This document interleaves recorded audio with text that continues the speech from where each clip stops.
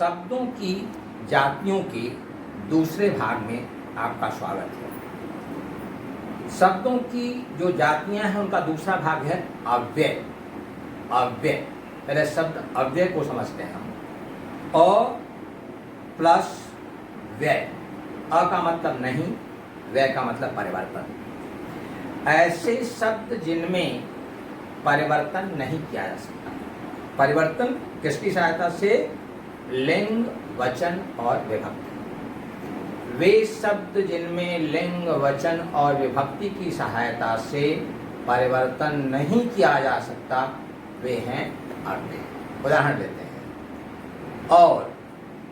और शब्द में न तो हम लिंग की सहायता से, न वचन की सहायता से, न विभक्ति की सहायता से परिवर्तन कर सकते हैं, नहीं कर सकते हैं, इसलिए क्या है? अव्यय। पीछे, आगे, अचानक, धीरे धीरे, शनैः शनैः, प्रायः, अक्सर, बहुधा, किंतु। मैंने कहा प्रायः। प्रायः शब्द का लिंग नहीं बदल सकते, वचन नहीं बदल सकते, विभक्ति से उसको कोई हम परिवर्तन नहीं कर सकते। इसलिए ये जितने शब्द मैंने बताए, कुछ और शब्द ले लेते हैं। नित्य, प्रति, लिए, खातिर, बहुधा, भांति, तरफ, ओर, ये सारे शब्द अव्यय हैं।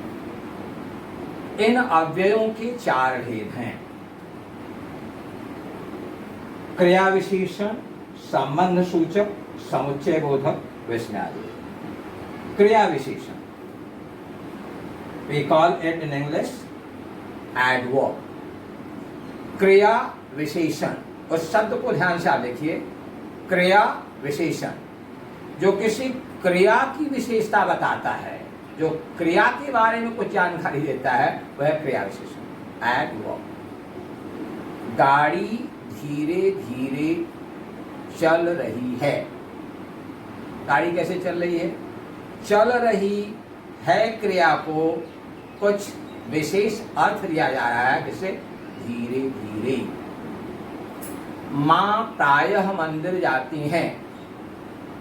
प्रायः जाने की जो प्रक्रिया है वो कब होती है? प्रायः।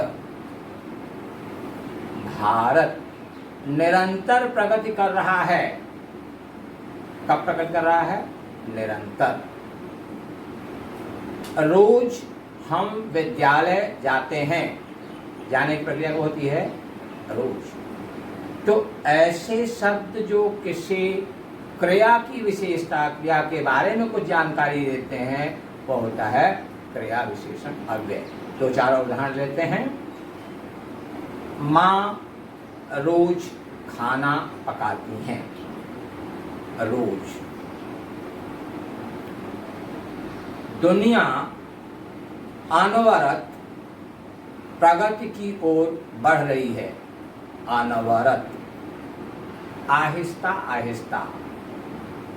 हाथी आहिस्ता आहिस्ता अपनी मंजिल की ओर बढ़ रहा था। जैसे कुछ ऐसे भी शब्द हैं जो दो रूपों में भी उपयोग में आते हैं। एक उदाहरण लेते हैं। आगे। आगे देखकर चलो नहीं तो गिर जाओगे। आगे, कहाँ देखकर? आगे। और उसे हम बाद में संबंध सूचक में भी देखेंगे कैसे कर सकते हैं। तो क्रिया विशेषण अव्यय, वे अव्यय जो किसी क्रिया के संदर्भ में कोई जानकारी देते हैं, उन्हें हम कहते हैं क्रिया विशेषण अव्यय। नेक्स्ट है संबंध सूचक अव्यय। अगेन इस शब्द को आप देखिए, संबंध सूचक अव्यय। प्रपोजिशन।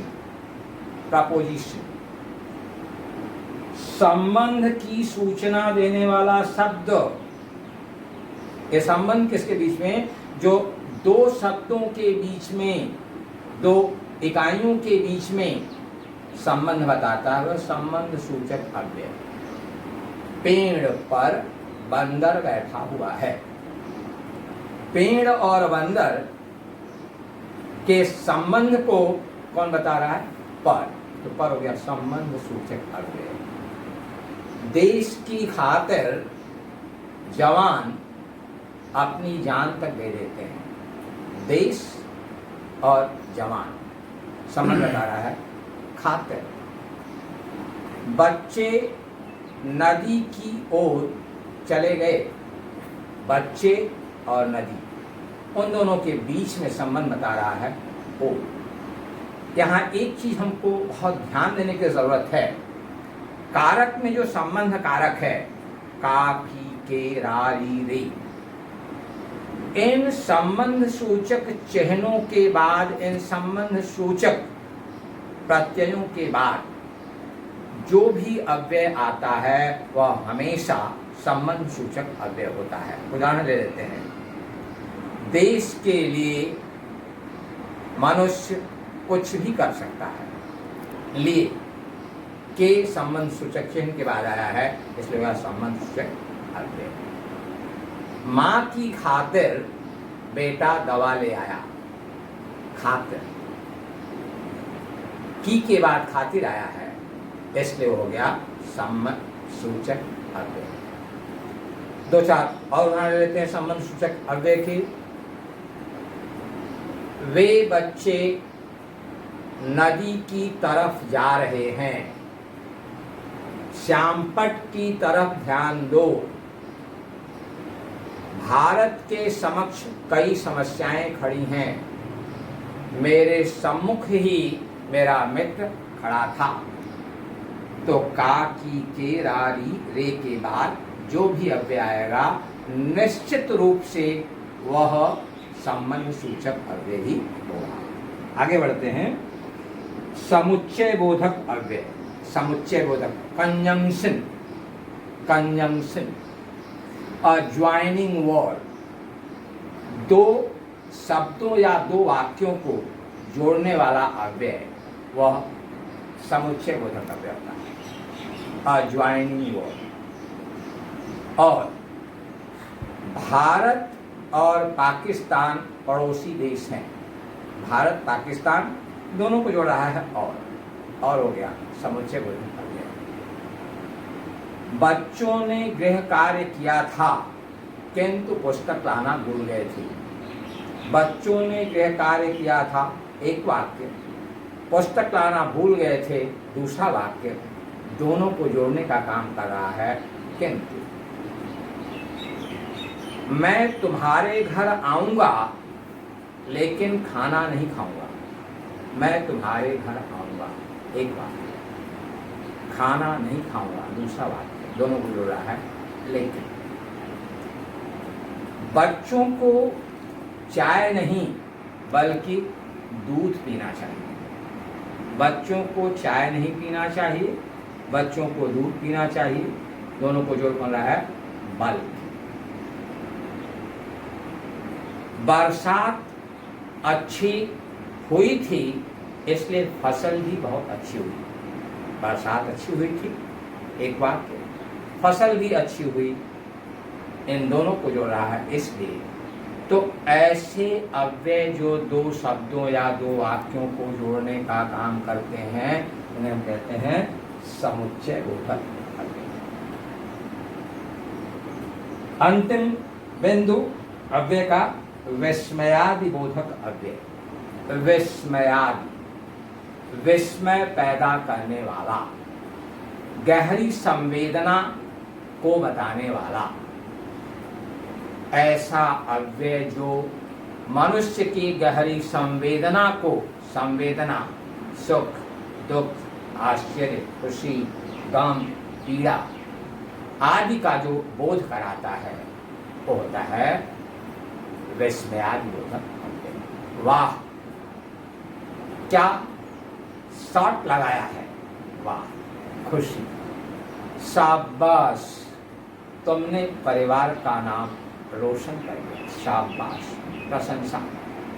ओह दर्द से सिर फटा जा रहा है, ओह दर्द दुख, अरे तुमने ये क्या कर दिया, अरे आश्चर्य, उफ कितनी गर्मी, उफ बेचैनी, नहीं नहीं तुम मुझे छोड़कर नहीं जा सकते, आश्चर्य।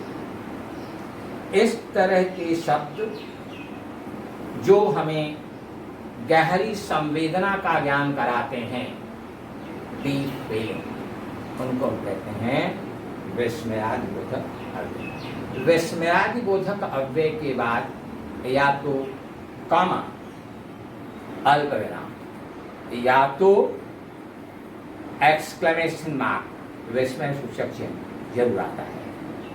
अरे तुम यहाँ क्या कर रहे हो, अरे के बाद या तो कॉमा या तो एक्सक्लेमेशन मार्क जरूर उपयोग में लाया जाएगा। मैं 2-4 और सेंटेंस आपके सामने प्रस्तुत करता हूँ। ऑफ, यहाँ कितनी गंदगी है, ऑफ। छे, कितनी गंदी बातें करते हो, छे।